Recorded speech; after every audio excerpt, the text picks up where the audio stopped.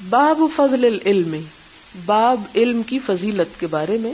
وقول اللہ تعالی، اور اللہ تعالی کا فرمان ہے، یرفع اللہ الذین آمنوا، بلند کرتا ہے اللہ ان لوگوں کو جو ایمان لائے، منکم تم میں سے، یعنی اہل ایمان کو اللہ تعالی تمام انسانوں پر بلندی عطا کرتا ہے.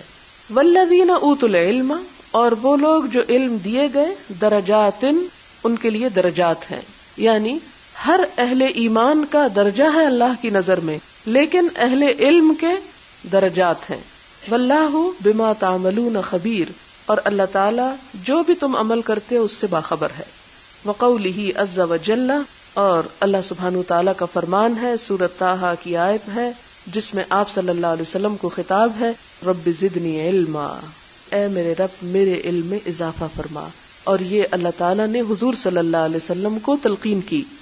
اگر اللہ تعالیٰ اپنے حبیب محمد صلی اللہ علیہ وسلم کو یہ تلقین فرما رہے ہیں جن کے معلم وہ براہ راست خود ہیں، تو پھر عام لوگوں کے لیے کیا حکم ہے؟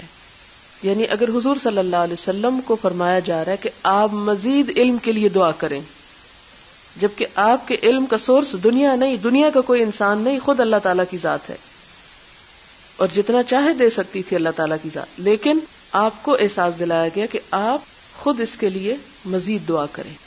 ایک اور بات یہاں سے یہ پتہ چلتی ہے کہ علم زندگی کے کسی حصے میں بھی مکمل نہیں ہوتا، تکمیل نہیں پاتا. یہ دعا مرتے دم تک پڑھتے رہنا چاہیے، رب زدنی علما.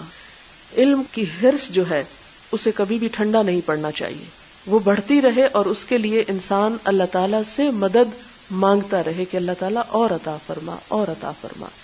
اور یہ آیت ویسے بھی آ سکتی تھی رب زدنی علما، لیکن آپ صلی اللہ علیہ وسلم سے کہلوائی گئی کیونکہ وہ ہمارے لیے نمونہ ہے. اگر آپ کو حکم دیا جا رہا ہے تو یہی حکم ہمارے لیے بھی ہے کہ زندگی میں انسان کو علم میں اضافہ کرتے رہنا چاہیے. پورے قرآن پاک میں یہ دعا کہیں نہیں سکھائی گئی کہ رب زدنی مالا، کیونکہ انسان اس کے لیے خود ہی حریص ہے، وہ نہ بھی دعا مانگے تو اس کے لیے دوا بھی بہت کرتا ہے، لیکن علم کے لیے دوا بھی جبھی ہوتی ہے جب دعا کی توفیق ہو. اس باب میں امام بخاری صرف باب باندھتے کوئی حدیث نہیں لاتے. یوں محسوس ہوتا ہے کہ جیسے اس معیار پر انہیں کوئی حدیث نہیں ملی جو انہوں نے صحت کے معیار قائم کیے ہوئے تھے حدیث کے لیے.